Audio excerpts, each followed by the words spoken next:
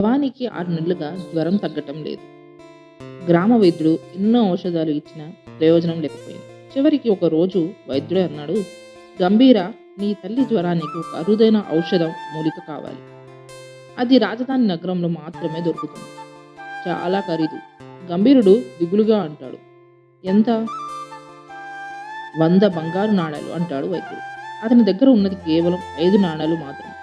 తన తల్లిని కాపాడాలంటే రాజధాని వెళ్ళి సంపాదించాలి అని మరుసటి రోజు ఉదయం లేచి తల్లితో చెప్పాడు. "అమ్మా, నేను రాజధానికి వెళ్తాను. పనిచేసి డబ్బులు సంపాదించి మీకు మందు తెస్తాను" అని గంభీరుడు అంటాడు. భవానీ కళ్ళల్లో నీళ్లు నిండాయి. "బిడ్డ, దారి చాలా ప్రమాదకరం" అని అంటుంది. గంభీరుడు చిన్నగా నవ్వి, "ధర్మం నాతో ఉంటే భయం ఎందుకు అమ్మా" అని కొద్దిపాటి ఆహారం, పనిముట్లు తీసుకుని బయలుదేరతాడు. రాజధానికి వెళ్ళాలి అంటే 7 రోజులు ప్రయాణం చేయాలి. గంభీరుడు తన ప్రయాణంలో చాలా ఇబ్బందులు ఎదుర్కొంటాడు. అలా రాజధానికి కొంచెం దూరం వరకు చేరుకుంటాడు. ఇన్ని రోజుల ప్రయాణం తన బలాన్ని తగ్గిస్తుంది. తను నడవలేక పోతున్నాడు. అందులో రాత్రి కూడా అయ్యింది. ఎముకలను గడ్డ కట్టించే చలి. ఇక ఎలా రాత్రి గడవాలి అనుకుంటుంటాడు. గంభీరుడికి ఇంతలో తనకు ఒక పాడుబడ్డ మహల్ కనిపిస్తుంది. ఈ రాత్రికి ఇక్కడ ఉండి రేపు ఉదయాన్నే రాజధానికి వెళ్దాము అని అనుకుంటాడు గంభీరుడు. మహల్ లోపలికి వెళ్తాడు. అక్కడ ఉన్న కర్ర ముక్కలతో మంట వేసుకుని తాను తెచ్చుకున్న ఆహారాన్ని తింటూ మహల్ అందాలను చూస్తుంటాడు. ఇంతలో గాలిలో మార్పు, గజ్జల శబ్దం, మంటలు ఎగిసిపడ్డాయి. గంభీరుడు ఒక్కసారిగా ఉలిక్కిపడి మంటల నుంచి దూరంగా నిలబడతాడు. మంటల్లో ఏదో రూపం కదులుతూ ఉంటుంది. అది గమనించిన గంభీరుడికి అతని గుండె భయంతో గట్టిగా కొట్టుకుంటుంది. ఇంతలో ఆ ఆకారం మెల్లకు ఒక అందమైన అమ్మాయిలా మారింది. పొడవాటి జుట్టు, చంద్రకాంతిలా మెరిసే ముఖం, లోతైన కళ్ళల్లో అనంతమైన దుఃఖం. ఆమె గాల్లో తేలుతుంది. గంభీరుడికి భయం వేసింది. గంభీరుడు వణుకుతున్న గొంతుతో అన్నాడు, "ఎవరు నువ్వు?" అప్పుడు తాను నవ్వుతూ, "నేను నీకు హాని చెయ్యను అని, నా పేరు చంద్రలేఖ. నేను యక్షరాజ కుమార్తెను. ఈ మహల్లో 300 సంవత్సరాలుగా బంధించబడి ఉన్నాను" అని అంటుంది చంద్రలేఖ. గంభీరుడు ఆశ్చర్యపోతాడు. చంద్రలేఖ తన కథ చెప్పడం ప్రారంభించింది. ఎన్నో సంవత్సరాల క్రితం ఈ మహల్లో జలాధరుడు అనే క్రూరరాజు ఉండేవాడు. ప్రజలను హింసించేవాడు, పేదల్ని దోచుకునేవాడు. చంద్రలేఖ అతన్ని ఆపాలని ప్రయత్నించింది. కానీ రాజు వద్ద ఒక తాంత్రికుడు ఉండేవాడు. తన మంత్రాలతో చంద్రలేఖను ఈ మహల్లో బంధించాడు. "నిన్ను ఎలా విముక్తి చేయాలి" అని గంభీరుడు అంటాడు. చంద్రలేఖ మెల్లగా అంది, "ఒక నిజాయితీ గల మనిషి ఒక పరీక్షని గెలిస్తే మాత్రమే నేను విముక్తి పొందగలను. ఓడిపోతే" అని గంభీరుడు అంటాడు, "అతను కూడా ఇక్కడే శాశ్వతంగా బంధించబడిపోతాడు" అని చంద్రలేఖ అంటుంది. అది విని గంభీరుడికి ఏం చేయాలో తెలియటం లేదు. "నేను అమ్మ వైద్యానికి డబ్బు కోసం వచ్చా. వైద్యం చేయించకపోతే అమ్మ చనిపోతుంది. నీకు సాయం చేయాలి అని ఉంది, కానీ ఓడిపోతే ఇక్కడ ఉండిపోతాను. ఎలా? నేను అమ్మని కాపాడుకోవాలి" అని గంభీరుడు ఆలోచిస్తున్నాడు. చంద్రలేఖ గంభీరుడిని చూసి, "ఈ మహల్లో ఒక గదిలో ఆ రాజు సంపాదించిన సంపద అంతా ఉంది. దానికి దారి నాకు తెలుసు. నువ్వు ఆ సంపదతో మీ అమ్మకి వైద్యం చేయించు" అంటుంది. "మరి నువ్వు?" అని గంభీరుడు అంటాడు. అప్పుడు చంద్రలేఖ నిరాశగా, "ఇంకా కొన్ని సంవత్సరాలు బందీగా ఉంటాను" అని అంటుంది. గంభీరుడు మనసు బరువెక్కుతుంది. చంద్రలేఖ దగ్గరికి వెళ్ళి అంటాడు, "నీకు విముక్తి చేయకుండా నేను ఇక్కడి నుంచి వెళ్ళను. ఒకవేళ నేను ఈ పరీక్షలో ఓడిపోతే నువ్వు మా అమ్మకి ఖరీదైన మందుకి అందేలా చెయ్యి" అంటాడు. చంద్రలేఖ నవ్వుతూ, "నువ్వు రాజు సంపద అంతా తీసుకుని వెళ్ళి నువ్వు అమ్మని బాగా చూసుకో. నేను నిన్ను ఆపను. ఆ సంపద అంతా నీదే. నువ్వు జీవితాంతం హాయిగా ఉండు" అంటుంది చంద్రలేఖ గంభీరుడితో.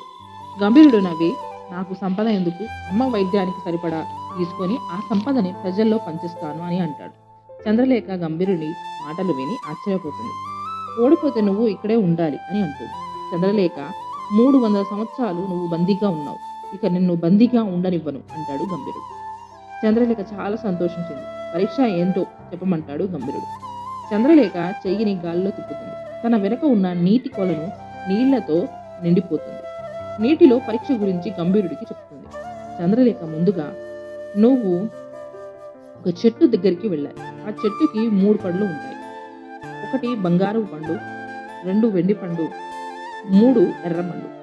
బంగారపు పండు తీసుకుంటే నీకు బంగారం సంపద నీకు దక్కుతుంది. వెండి పండు తీసుకుంటే ఈ మహల్లో ఉన్న వజ్రాలు వైడూర్యాలు నీకు దక్కుతాయి.